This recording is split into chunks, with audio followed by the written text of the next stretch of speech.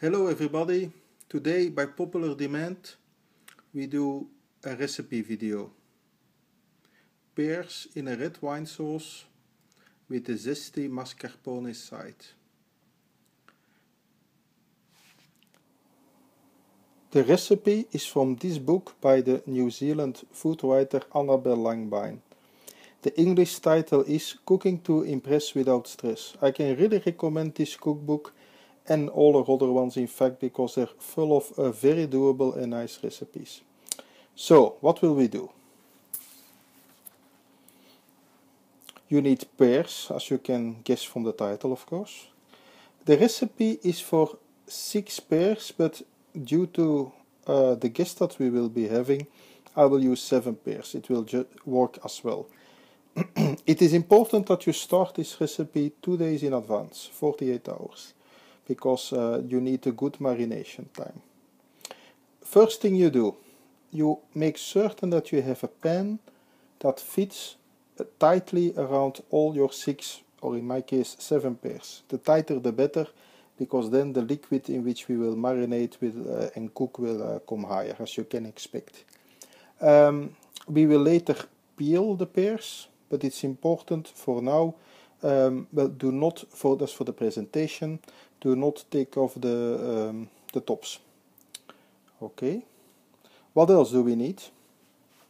In fact, the sauce is a bit similar to a glue wine. You need a bottle of red wine. You do not need to use an expensive wine, but my guideline is always, it's a wine for cooking. It doesn't have to be luxury wine, but it should be a wine that you wouldn't mind drinking. So here, and I did a quick taste test, is a cheap Argentinian wine that seems quite okay. And I took a Merlot because they are a bit jammy, a bit sweeter, which always helps with this kind of dish. You need 300 grams of sugar. What else do you need? 1 vanilla pot, 3 cinnamon sticks, but I use a bit more than that because I like cinnamon. 4 bay leaves. Now in this case the bay leaves are really small, so I use also a bit more. But well, it's a bit up to you, but I think with a bit more cinnamon it will definitely be good. In my case, because I use 1 pear more, I still have a small bottle of 25 centiliter wine as well, just in case if it's not enough, but I think we will have enough. So indeed we will be peeling all 6 or 7 pears, depending on how many you want for your recipe. And I use, because my usual subscribers like that, the beautiful Klotsley knife. Of course, as soon as I stop filming this little fragment, I will switch to a handy kitchen peeler.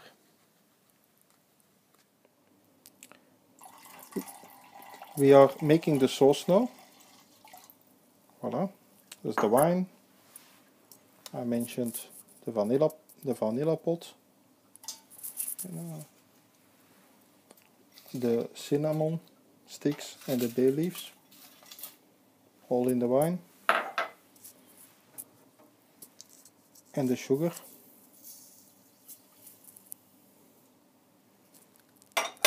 I will heat the fire slowly and heat it until everything is nicely dissolved, and then we will put the pears in. We will be putting the pears in the liquid. It's meanwhile it has dissolved, so it's still on the fire, but on a low fire. That's important. It must be a low fire. This dish requires gentleness, not violence. Yeah, pears that are ripe, well, they should be just ripe in fact. They're quite slippery bastards, so it can be a bit of struggle, but we are not afraid. We will succeed in our mission. Voila. And you see, even with 7 pears, they are quite nicely covered. So we leave this on a low fire for around 30 minutes. Until you could say the pears are done. You can feel that.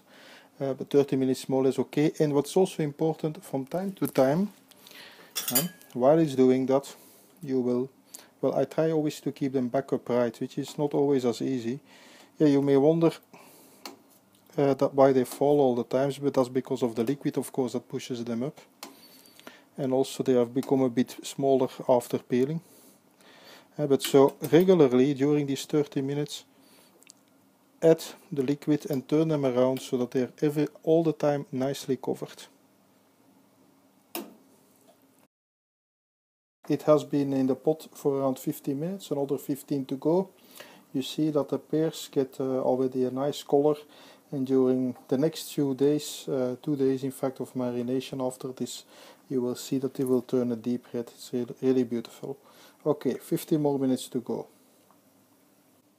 Okay, it has been boiled for 30 minutes, well, boiled, gently boiled you could say, and we turned it around all the time. You see it has become already darker. Well, it depends a bit on the light correction of the iPhone how red it looks, but it looks pretty red in real life. Anyway, it will become only more red with time. So we will gently transfer everything to a plastic container that we will, once it's cooled down, we will put it in the fridge for, as I mentioned in the beginning, 48 hours. You can go up to 72 hours and at least 24 hours. So really this is not a dish to make in the last minute. You have to give it time. So we will also add all the fluids, and regularly, I would say every 6 hours or so, when you pass by your fridge, you open it and you turn the pears around so that all sides become a nicely deep red. And now I will pour that in. So we will pour also all the wine with all the aromatics. Don't throw them away. We will only remove them at the very last moment to the plastic container. It's very aromatic, by the way, guys. While it's cooking, you will just know how good that this will taste, because it smells like heaven. It really does. So as I mentioned, let it cool down, because you see it's still steaming. Let it cool down, turn it around a bit, then put it in the fridge. I would say 48 hours, turn it around every 6 minutes. And then we are 2 hours or so before the people arrive, then we have to do the next step. So, this is now 24 hours later. You notice that I put in fact the pears in a smaller plastic box, because that way it filled very nicely and the fluid could almost cover everything. So it's much easier than to keep the pears nicely submerged. And well, you turn them from time to time, and you see now already after 24 hours how red they are. So we will give it another 24 hours, sometimes turning the pears a bit so that everything is equally long under water, under the wine I would say, and then we continue. We are 48 further. Our guests will arrive in 2 hours. What will we do now? Well, you see the pears have nicely marinated. They are a deep red, which is lovely. We will put them in an oven dish without the juice for now, and we will boil the wine with still all the condiments, the cinnamon, etc., and reduce it until it's half as high, so it becomes more syrupy. So that's the next step. While the wine is boiling, we will make our mascarpone based side dish. As you can see, we are now reducing the sauce to really a syrup, until it's roughly half as high as original, and you see how nicely the pears are there waiting for the syrup before we put everything in the oven. And I will now show you how to make the mascarpone based side dish. For the mascarpone based side dish, you take a pot of mascarpone. This is 500 gram, could be 400 gram, that's here. In this little container we have around 2 tablespoons of sugar. you will add around a teaspoon of cinnamon powder. So this must be powder. So not a stick, because it is to mix really with mascarpone. Huh? Well, that's more or less okay, because this is this is all based on taste. We have a lemon, and we will grate the peel. Well, I will do it like this so that you can see it better. You really need the grater so that you have only the outside. And also I recommend first wash the lemon. You don't know what kind of anti-pesticides they put on it. And then we also add around 2 teaspoons of the lemon juice. So we're making, in fact, the mix. Takes a while, so make certain that everything is nicely mixed. So don't pour everything in at once, so that you have everywhere some lemon juice. Yeah, the lemon juice is, by the way, already put that on the mascarpone, yeah? And sugar and grated rind and cinnamon.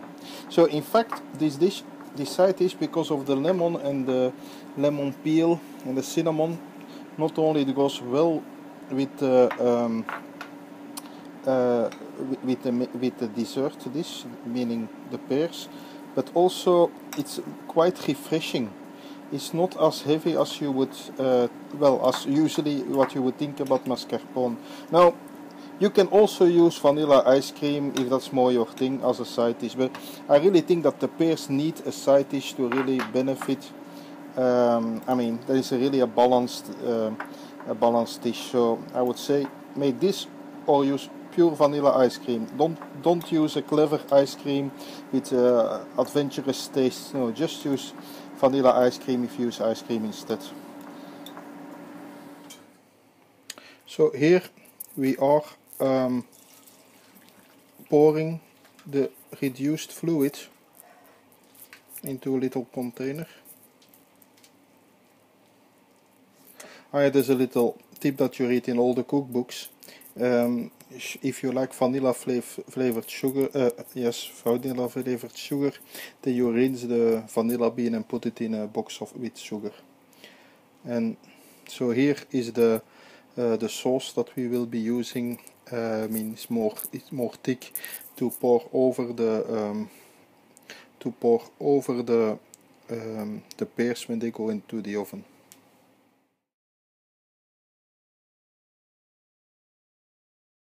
We put the pears for 20 minutes in the oven, and I poured most of the syrup, the reduced syrup, over the pears. So 20 minutes and at around 180 degrees. So look how beautiful they look.